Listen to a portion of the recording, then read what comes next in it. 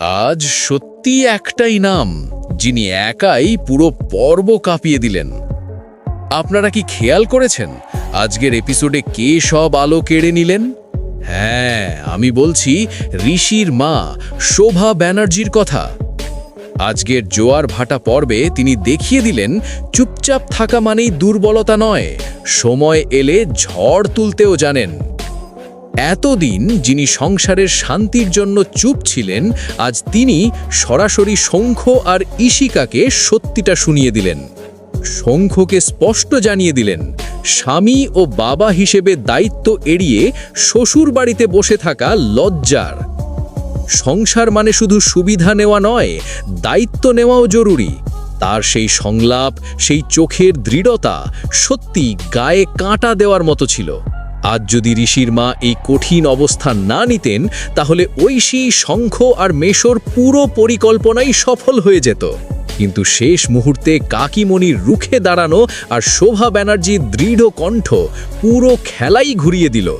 সবচেয়ে বড় বিষয়টা কোথায় জানেন? তিনি বুঝিয়ে দিলেন যারা আপন সেজে ক্ষতি করেছে তাদের ক্ষমা করা যায়, কিন্তু যে সত্যিকারের ভালোবেসেছে তাকে ভুল বোঝা যায় না।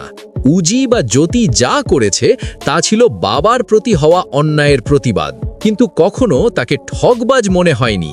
এই কথাটাই আজ প্রমাণ করলেন ঋষির মা। এটাই তার মহত্ব। তিনি শুধু বিচার করেননি, হৃদয়ে দিয়ে অনুভব করেছেন। আগে উজিকে মেয়ে বলেছিলেন, আজ সেই কথার মর্যাদা রাখলেন। কিন্তু এখন প্রশ্ন একটাই, ঋষি কি মায়ের কথার গভীরতা বুঝবে, নাকি শত্রুদের ষড়যন্ত্রে পড়ে উজিকে আরও ভুল বুঝবে? আগামী পর্বে কি আসছে নতুন বিস্ফোরণ? সম্পর্কে কি ফিরবে বিশ্বাস, নাকি আরও দূরত্ব?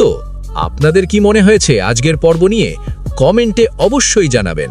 আর যদি এমন ড্রামা রিভিউ, এক্সপ্লেন আর আগাম বিশ্লেষণ মিস করতে না চান, তাহলে এখনই চ্যানেলটি সাবস্ক্রাইব করুন।